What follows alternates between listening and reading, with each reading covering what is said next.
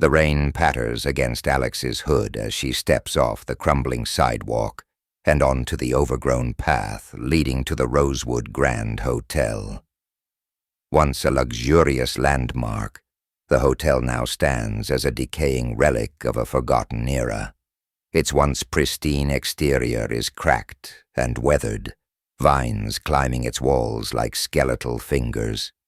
The air is thick with damp and decay, but for Alex, an urban explorer and aspiring videographer, this is exactly the kind of place that sparks her curiosity. She adjusts her camera, filming the ominous silhouette of the hotel against the gray sky.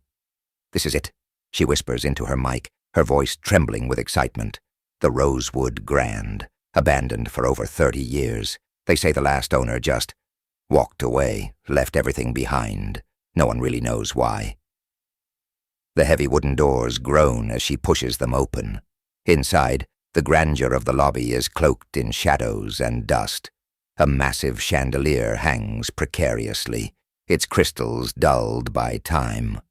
Torn wallpaper peels in strips, and shattered glass crunches underfoot. Alex pans her camera across the room, narrating as she goes. Legend has it, the hotel's final days were strange. Guests reported bizarre noises, missing belongings, even hallucinations. And then there were the disappearances. 2 staff members vanished in the same week, and not long after, the place closed its doors for good. As she ventures deeper into the hotel, Alex notices something odd. The layout doesn't match the old floor plans she studied. A corridor that should lead to the dining hall ends abruptly in a blank wall. A staircase spirals up into darkness, but the floor above doesn't seem structurally sound. She can't shake the feeling that the hotel is hiding something. She decides to start on the first floor. Her flashlight cuts through the gloom, illuminating faded signs and room numbers. Most doors are ajar, revealing untouched remnants of another time. Dusty furniture, yellowed linens, and forgotten trinkets. But one door catches her eye. Room 217. Unlike the others, it's locked, the brass number plate polished to a shine, as if someone had been maintaining it. Alex frowns. "That's weird," she murmurs, trying the handle again. It doesn't budge. She steps back and films the door. It's the only locked room I've seen so far. What's behind it? She moves on but can't stop thinking about room 217. Her steps feel heavier, the silence around her oppressive. She begins to notice subtle details, scratches along the walls, faint grooves in the floor as though something heavy had been dragged.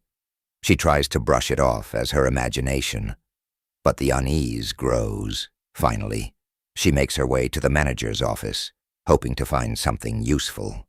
The room is cluttered with faded ledgers, rusted keys, and an old rotary phone. On the desk, a calendar sits open to October 1988, the month the hotel shut down. Beside it, she finds a journal belonging to the manager, its pages filled with hurried, almost frantic handwriting. She flips through it, her pulse quickening as she reads. "I've told them to leave it alone, but they won't listen. It's not just a room, it's a mistake, a wound that should have never been opened. If they knew the truth, they'd never step foot in this place again." Alex's breath catches in her throat. The next entry is scribbled in haste. Room 217 must remain sealed. No one goes in, no one comes out. It's the only way to contain it. The final entry is smudged, almost illegible, but 2 words are clear. Too late. A loud creak echoes from somewhere deep in the hotel, snapping Alex out of her thoughts. She whirls around, flashlight darting across the room. She could swear she heard footsteps, heavy, deliberate. Her heart pounds as she listens, straining to catch any sound. The hotel seems alive now, its silence broken by distant groans and faint whispers. Clutching the journal, Alex whispers into her camera, "Something's not right here. I think I need to see what's in room 217. With trembling hands, she grabs a rusted key labeled 217 from the manager's desk and heads back into the dark hallway. As she approaches the door, the air grows colder and her flashlight flickers. She hesitates, key in hand, as a voice, faint but unmistakable, whispers from behind the door, "You shouldn't be here." Alex freezes, her breath caught in her throat. The voice, soft, low, and eerily calm, sends a shiver down her spine. She swings her flashlight toward the locked door, half expecting to see someone on the other side, but the faint whisper is gone. All that remains is the oppressive silence of the hotel, pressing down on her like a weight. She looks down at the key in her hand. "This is what I came for," she mutters, trying to summon courage. With shaking hands, she slides the key into the lock. It turns with a reluctant click, the sound echoing down the empty corridor. The door creaks open, revealing a room frozen in time. Unlike the rest of the hotel, which reeks of decay, room 217 looks as though its occupant had just stepped out. The bed is neatly made, a suitcase rests on a luggage rack, and a coat is draped over a chair by the window.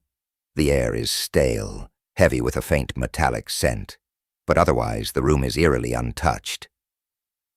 Alex steps inside, her camera rolling. It's like no one ever left, she whispers into the mic. Her flashlight beam sweeps across the room, illuminating small details.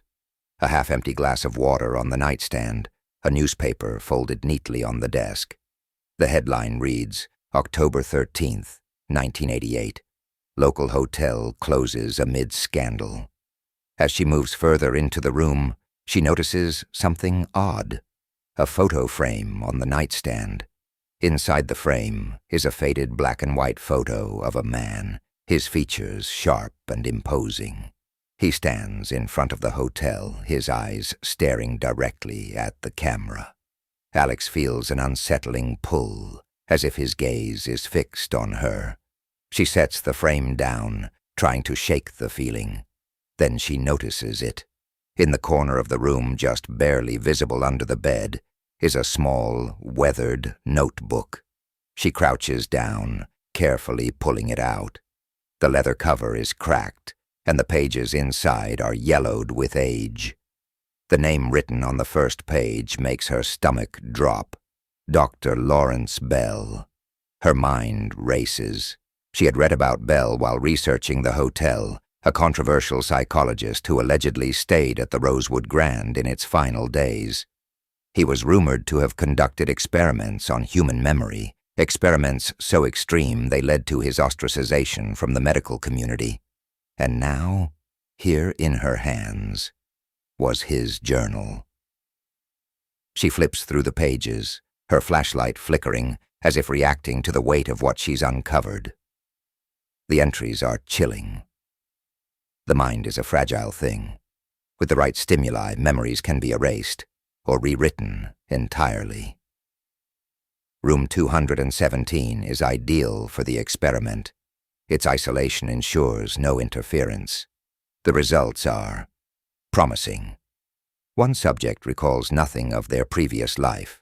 Another has fabricated memories entirely. The room works, but the side effects, they're unexpected, unpredictable. The final pages are scrawled in increasingly erratic handwriting. It's not the room. It's what we've awakened inside it. I hear them, whispering, watching. They won't let me leave. Alex slams the notebook shut, her heart pounding. She glances around the room, suddenly feeling exposed. The whispers return, soft, faint, just at the edge of hearing. She swings her flashlight wildly, but the beam reveals nothing. Suddenly the door slams shut with a deafening bang. Alex yells, dropping the notebook as she runs to the door. She tugs at the handle, but it won't budge. Panic surges through her veins as the whispers grow louder, now overlapping with indistinct voices. "You shouldn't have come. It's not safe. Leave before it's too late." The temperature in the room plummets, and Alex can see her breath misting in the air. She spins around, her back to the door, and gasps. The man from the photograph is standing in the corner of the room, his features obscured by shadow. His eyes, however, glint with a cold, unnatural light. Alex scrambles backward, pressing herself against the door. "Who are you?" she cries. The figure tilts his head, and the whispers stop abruptly, replaced by an oppressive silence. The man's voice cuts through the quiet, low and resonant. "The room doesn't forget, Alex, and neither should you." Before she can respond, the lights flicker violently, and the man vanishes.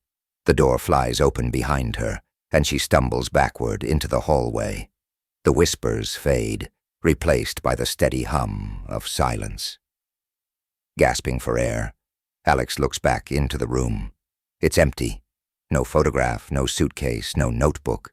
The bed is bare, the walls stripped of paint. It's as though the room had decayed decades ago. Shaking, Alex picks up her camera and whispers into the mic. This is more than a story. Something happened here. Something they wanted to hide. I'm going to find out what." As she walks down the hallway, she doesn't notice the faint imprint of a hand pressed against the inside of the door, fingers splayed as if reaching out. Alex's footsteps echo in the empty hallway as she tries to calm her racing heart. The encounter in room 217 has left her shaken, but it has also fueled her resolve. Whatever happened in that room is tied to Dr. Lawrence Bell and his experiments, and she's determined to uncover the truth. She decides to head to the basement, a part of the hotel she avoided earlier due to its foreboding reputation. Locals had whispered that the basement once housed a series of private rooms, off the books, used for special guests. If there are answers to be found, Alex knows that's where she'll find them. The basement door is heavy and warped, its surface covered in deep scratches, as though someone or something tried desperately to claw their way out. Alex hesitates, gripping her flashlight tightly before pushing the door open. A wave of stale, damp air greets her, carrying the faint metallic tang of rust or blood. The stairs creak under her weight as she descends, the faint beam of her flashlight illuminating the stone walls lined with pipes. Faded signs with cryptic labels like Observation Wing and Memory Lab guide her deeper into the labyrinth. As she reaches the bottom, she notices something strange. The floor plan doesn't match what she saw on the blueprints. Several doors appear where none were marked, their handles rusted shut. One, however, stands out, a steel door with a pristine brass handle. Above it, a plaque reads, "Authorized personnel only." Alex pushes the door open and steps inside. The room is stark and clinical, with a long table at its center covered in dust-covered medical equipment. On the walls are faded photographs of people, subjects, smiling blankly at the camera. Each photo is labeled with a date and a single word: rewritten, erased, corrupted. At the far end of the room, Alex finds a locked filing cabinet. Using a crowbar she found earlier, she pries it open. Inside are folders stuffed with papers, most of them unreadable due to water damage. One document, however, remains legible. It's a case file labeled Patient 37. She scans the file, her heart sinking as she reads. Name: unidentified, female age. 6 condition. Subject exhibits fragmented memory following procedure alpha. Spontaneous hallucinations reported. Recommendation: further testing required. Her breath catches as she sees a faded photograph paper-clipped to the file. It's a little girl with wide, frightened eyes. Alex freezes as she recognizes the child. It's her. The flashlight flickers, and Alex hears the faint hum of static. A deep chill settles in the room, and the whispers return, louder now, as though emanating from the walls themselves. You were never meant to remember. The voice sends a jolt of fear through her. She spins around, and there he is again, the man from the photograph in room 217. This time, he stands in the doorway, his features clearer, but no less menacing. His eyes burn with an unnatural light, and his expression is one of grim determination. You should have left when you had the chance, he says. Alex backs away, clutching the file. Who are you? What did you do to me? The man steps closer, his presence almost suffocating. You were a part of the experiment, Alex. A test subject in Bell's greatest failure. But you didn't just survive. You remembered. That makes you dangerous. The walls around her seem to pulse, the whispers crescendoing into a deafening roar. Alex feels the room closing in, her vision blurring as fragments of memories flood her mind. A sterile room, a man in a lab coat, a bright light, and the sound of her own screams. Alex drops the file, clutching her head as the memories overwhelm her. The man moves closer, his shadow stretching unnaturally across the room. You can't leave, Alex. The room won't let you. Summoning every ounce of strength, she grabs a rusted pipe from the table and swings it at the man. To her shock, it passes through him, as though he's made of smoke. The impact sends her sprawling, and when she looks up, he's gone. The whispers abruptly stop, leaving a suffocating silence. Alex stumbles toward the door, the file clutched tightly in her hand. She sprints up the stairs, her breath ragged, her flashlight flickering wildly. As she reaches the lobby, the entire hotel seems to groan, as though alive. Without looking back, Alex bursts through the front doors and into the rain-soaked night. She collapses on the sidewalk, gasping for air, the file still clutched in her trembling hands. Back in her apartment, Alex reviews the footage from her camera. The video is grainy, distorted, but the audio is clear. The whispers are audible, chilling her to the bone. She pauses the footage on a frame of the man from room 217, his eyes burning into the lens. As she pieces together her memories and the file's contents, she realizes the truth. The experiments weren't about erasing memories, they were about controlling them. And she wasn't the only subject. She turns off her camera, staring at the file on her desk.